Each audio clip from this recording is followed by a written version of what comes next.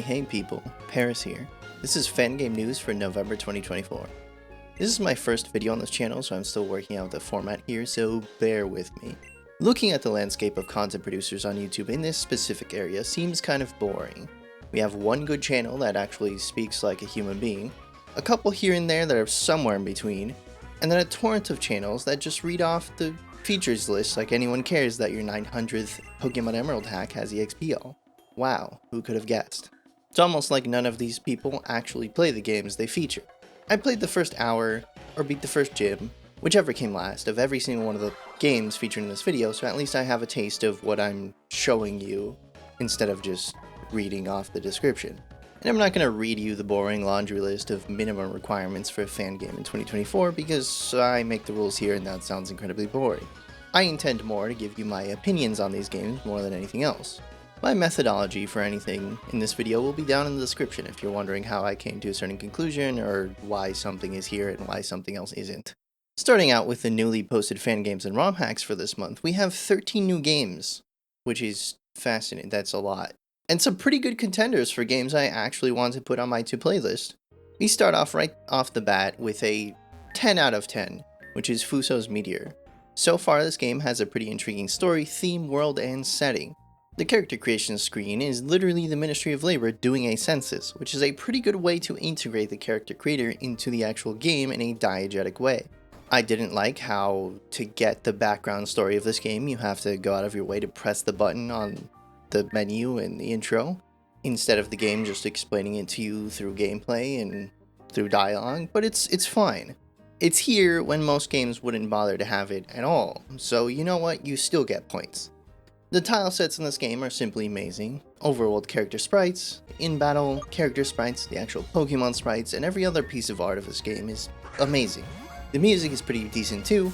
It's not amazing, but it doesn't attract enough attention that it's going to annoy you when you hear it the 500th time you enter combat. It kinda stays out of the way. If you've played Pokemon Reborn, you know what I mean when you enter another part of the city, which is 90% of the map, and you hear technically a new variation, but nonetheless the same song over and over and over, but it's really catchy and really in your face. It's gonna get annoying a lot faster. After, 200 hours of playing Pokemon Reborn, I am very tired of hearing the same song.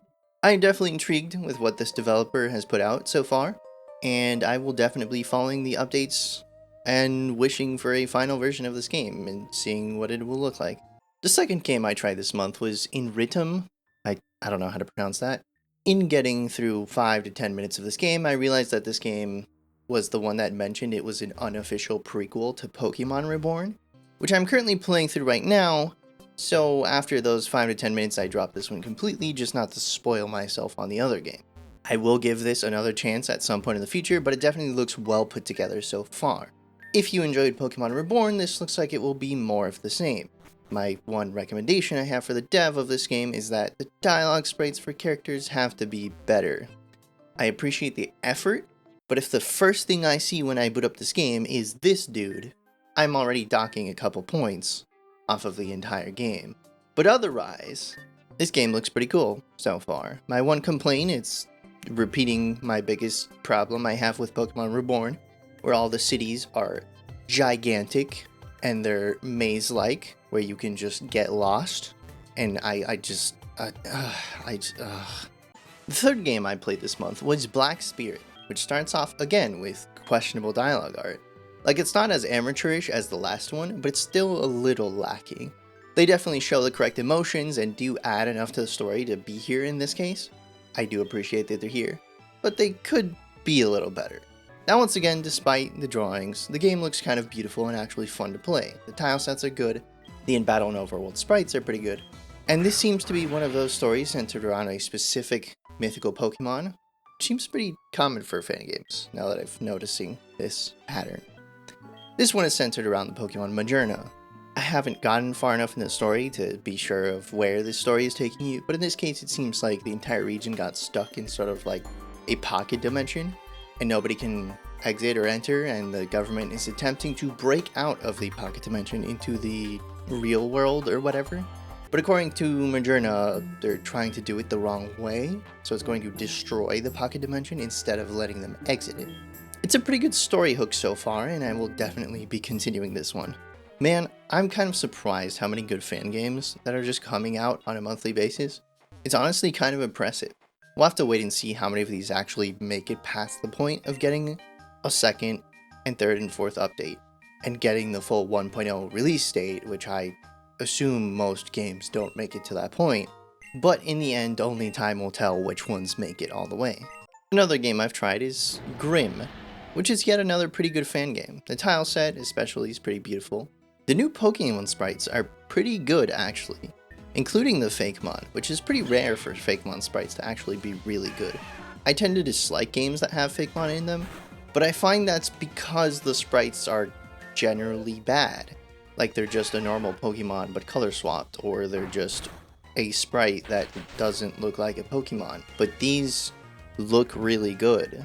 Definitely getting extra points for the good dialogue sprites, and the menus and the in-battle human sprites are pretty good. And the in-battle backgrounds are genuinely amazing pieces of artwork. This game, I think, is definitely one of the best looking ones on this list, and I am definitely going to continue playing this one. Another one for the list this month is a Let's Go Pikachu DEMAKE. In the little time I spent with this game, I found a lot of glitches. A lot of the sprites seem like they're just kind of broken, or like they just put a 3D model from Let's Go into some sort of pixelator and then just didn't even do the bare minimum of like adding borders to the sprites. And another downside for me is that realistically this game isn't going to diverge much from Fire Red. We'll see how this game improves in the future.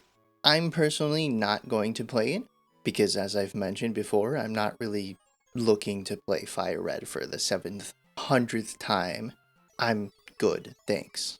Another one for this month is All Things It Devours. It's a pretty interesting puzzle horror game where you travel into this pocket dimension where you can't die, and time travels much quicker. You play as 6 different characters that all drop into the dimension one by one, and your goal here is unclear. I don't want to spoil too much, but like there are several items across the map, and you have to get to them by spending lives like currency. Every action you take is another atrocity you have committed. This game taunts you with signs after every step, with how much pain you put on these undying husks of people. You can also collect the Pokemon you had by defeating the old versions of your previous characters throughout the map to form a sort of super team. I'm not telling you how I got here, but the furthest I've gotten has you battling the creator of the game, or the god of the game, it's unclear, in a seemingly unbeatable matchup against a completely broken team. But I've seen what a level 1 Rattata can do to a level 100 Arceus before. Another new game from the same developer, I believe, is called Thirst Trap. This game is one of those puzzle games where it's not about winning the gyms or the Elite Four. It's a really short puzzle game where your sister is bored and sends you out to find water to drink. So she gives you money and sends you out, and you go to the hotel lobby, and they're trying to charge you an absurd amount of money for a single bottle of water. So like a reasonable person, instead of buying it, you go out to find a cheaper option.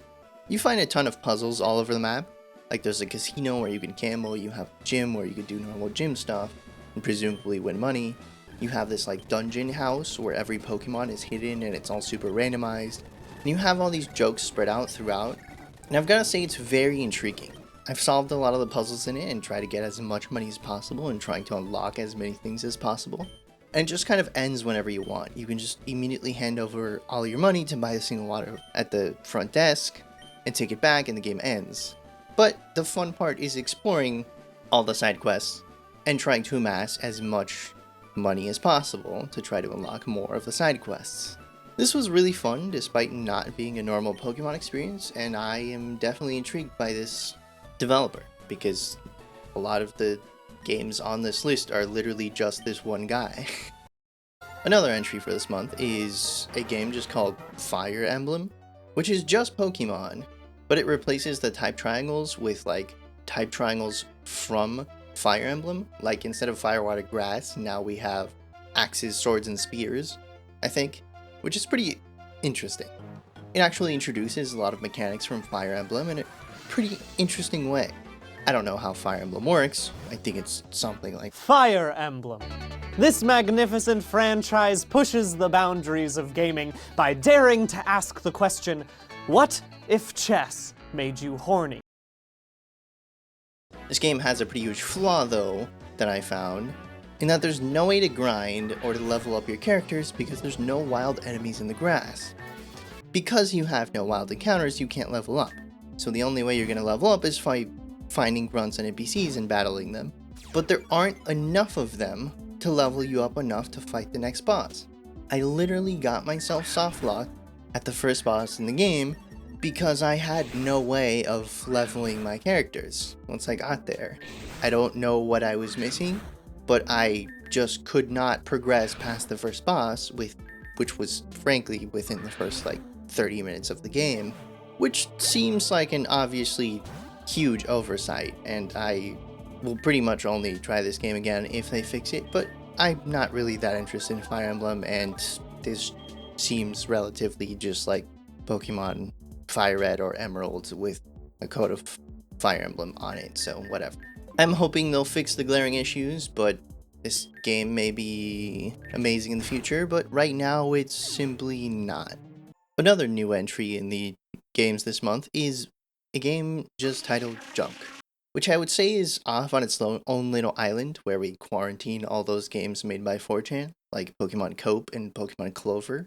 It's kind of offensive and has that very 4chan-like humor, but otherwise I found it pretty funny in some sections, with it playing around with game mechanics and how tile sets work and interesting puzzles around the map. I found it pretty intriguing, and the game adds new types for Pokemon, and a lot of the new sprites they make look nothing like Pokemon, and I'm not gonna say they're good, but I will say that they do have potential. The actual characters this person is drawing look pretty good, and they just need to get better at drawing. But the actual designs of the Pokemon are pretty good, and again, they have potential, so I'm hoping this person, whoever made these sprites, continues to practice and continues to get better. Now, a little divergence here from the formula, but I'm making this video, so I make the rules. Shut up.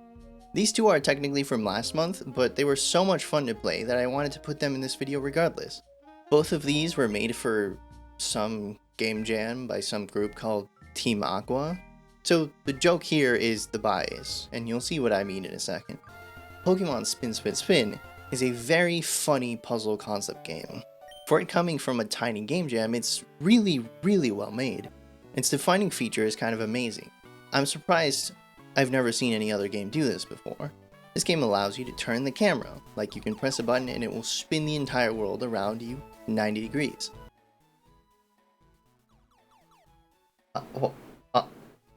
I should not have pressed that the second he told me I could. Oh boy. Oh, this is gonna be rough. Okay, at least it... Wait a minute. Wait. This... It's the same map. They made 4 maps, and you just swap between them. They're identical. Okay. That's G. It's a sort of puzzle game because a lot of the times you can't access certain things when you're looking at them from the wrong angle. So you have to spin the camera to interact with them in a certain way, or like they function at one angle and then they don't at another angle. Like for example, you can't read signs unless your camera is pointing towards the front of the sign. It's vaguely about your mother sending you off to figure out why the water to your house is cut off, and half the gags have to do with water faucets. I think this is a really creative game, and I liked it a lot, and it was pretty funny, and I'm hoping people play it. That's a... This is blue because it's my favorite color.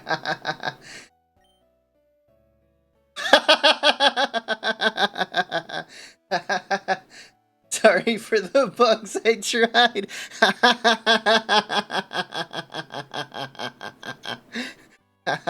Oh my god, oh my god. I love... Glass of icy water. No fucking way. This is what I get. This is what I get for playing romhacks from Team Aqua.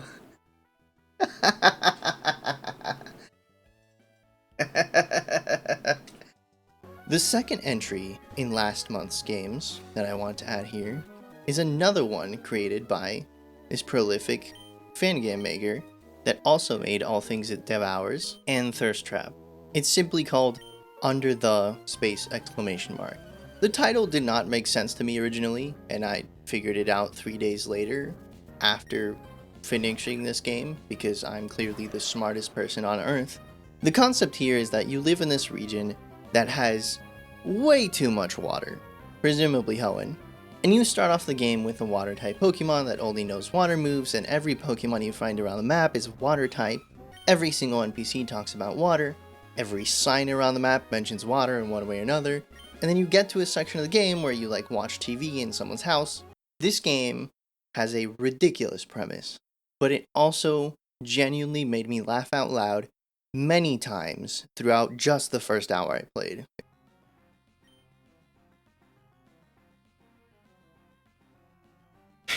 Effective immediately water is now outlawed. And on the TV you see that Team Magma seems like they took over the region, like Maxie is the president of the region or whatever, and his first decree is to outlaw any mention of water. So when you leave the front door of this house, you realize that all the water is gone. All the water type Pokemon are dead or missing, all your water type moves are now non-functional, and they are now South moves or ground type moves. What am I doing? Well, I'm sorry.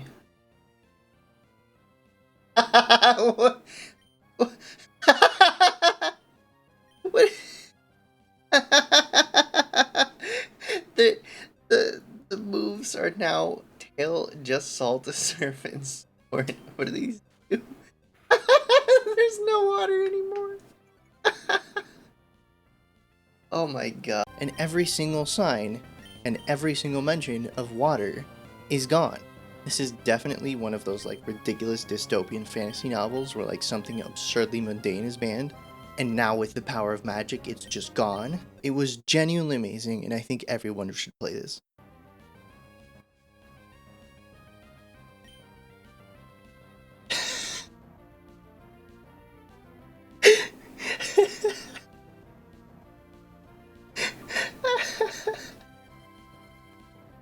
That's getting clipped. That's definitely getting clipped.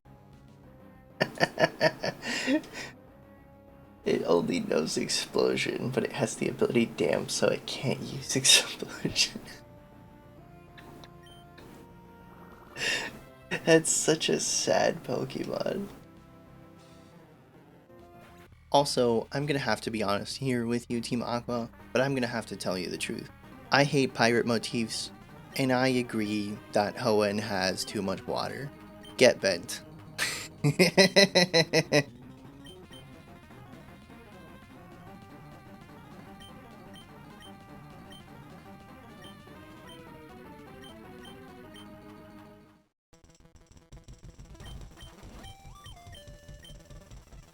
After that, we have the section about updates, which only has 3 entries that I know of. I'm sure there's more.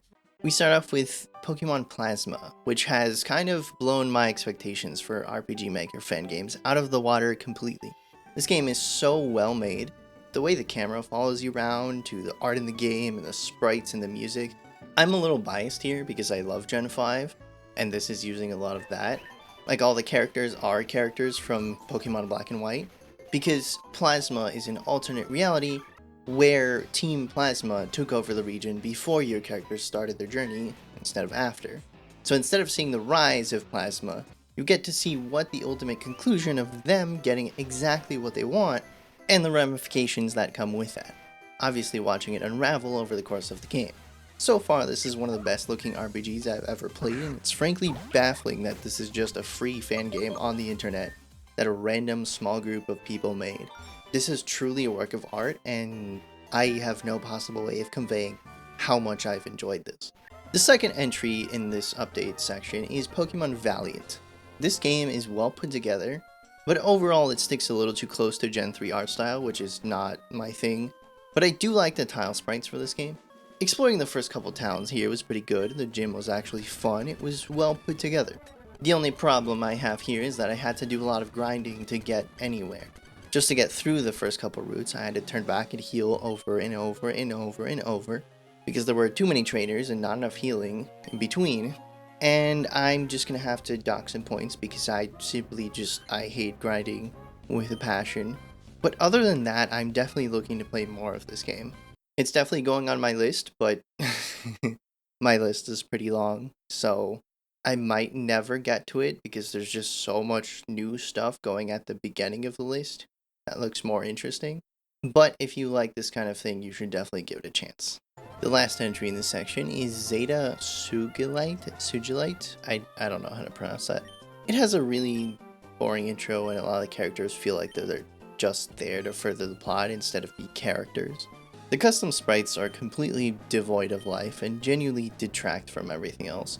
The difference that the other games on this list had is that the bad sprites still have emotions and still add to the story, even though they're amateurish. But in the case of this one, they really just have no emotions at all, and they just feel lifeless, and they really detract from the story. Especially in combat, where like you see your custom sprite that just like looks like you're staring at a wall with a face painted on it, and then on the other side you have a real fire red emerald sprite that looks like a person. And the contrast there is just a little too much for me, and I couldn't deal with it. Also, the art style of this just felt a lot like Fire Red Emerald too much to me, and I just kind of, it's not my thing. Again, every game can improve, anything can go, but this is not for me. In this next section, we have the inevitable trickle of quality of life and difficulty hacks that keep the original region story, but I have not and will not play any of these because I really don't need to play Fire Red or Emerald for the 700th time. But I'm just putting them in this list and saying, hey, there's new games in this category just so they get publicity. Who knows, maybe one of these is going to be the next Radical Red or Inclement Emerald. This next section may be a little confusing because I'm trying to avoid naming sources or titles for a lot of stuff because I don't want to send the ninjas their way. I'm trying my best here to balance between giving out useful information and trying not to put a target on people's back. We'll see how this goes. In other related news, we have the first ROM hack that I know of Pokemon Mystery Dungeon Explorers DX, which seems to be a pretty in-depth ROM hack so far that seems to be trying to recreate Explorers of Sky in the engine of Explorers DX, which is a pretty interesting concept. I'm surprised the Pokemon Company didn't do this on their own already. I know this is technically old news, but I feel like it's such an important step in fan game creation tools and projects. I just had to add it to this video despite me being super late to the news. Our second snippet of news here is that a tool that shall not be named that allows you to create Pokemon and edit them has been updated this month with a bunch of extra features and legality checks for very specific scenarios that were not accounted for before. The third piece of news here is that there's a game jam from that one silly funny fan site that has chosen 3 winners for the month of November 2024. In first place, we have A Star in the Desert, the Slowpoke Shack, and Berserk version. I will be giving you no information about them at all because I haven't played them and thus I will not do that.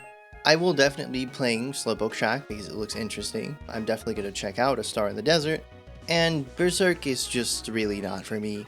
The Gen 1 art style is kind of grating on my eyes, and I don't want to play this. But again, that's just my opinion, and if you can bear playing these horrible original Game Boy art styles, you might like this. So yeah. Now in this last section, I'm just going to tell you what I'm currently playing and what I've finished this month. I'm currently playing Pokemon Unbound, Reborn, and Scarlet Compass. I intend to make full videos on all of these because I'm enjoying them a lot. As for games I've completed this month already, we have Sword and Shield Ultimate Plus GBA, Blue Rescue Team Prologue, Sea Glass, and Legends Arceus Plus. If you have any suggestions for what I should play next, or you happen to be making a ROM hack for next month, drop it down in the comments section and I'll take a look at it. Also, a reminder once again is that this is my first time making this kind of video on this channel, So if you have any suggestions for how to improve this format or something I'm doing wrong, also drop it down in the comment section. I'm definitely looking for constructive criticism because I frankly have no idea what I'm doing. Also down in the description you can check out my non-Pokemon channel where I post pretty much everything else I make. I've started that channel also relatively recently, but I can't stick to a single thing because my attention span just doesn't work like that. And last but not least, I have a Ko-Fi if you'd like to help out my channel grow and help me be able to dedicate more time to this project. Right now I have one person donating, which is really amazing, and the money he's given me has helped me upgrade some of my equipment and tools, and generally improves the morale a lot when people give you money just for doing funny internet videos as a hobby. It's really cool.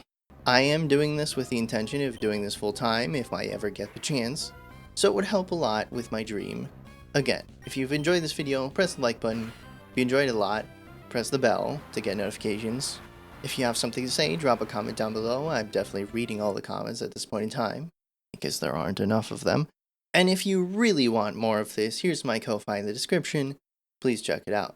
I plan to post funny clips or whatever in advance every once in a while on there, and maybe post updates on what I'm doing and what my intentions are for the next couple months. But yeah, I don't know. We'll see how this goes. Thanks for watching, and I'll see you next time.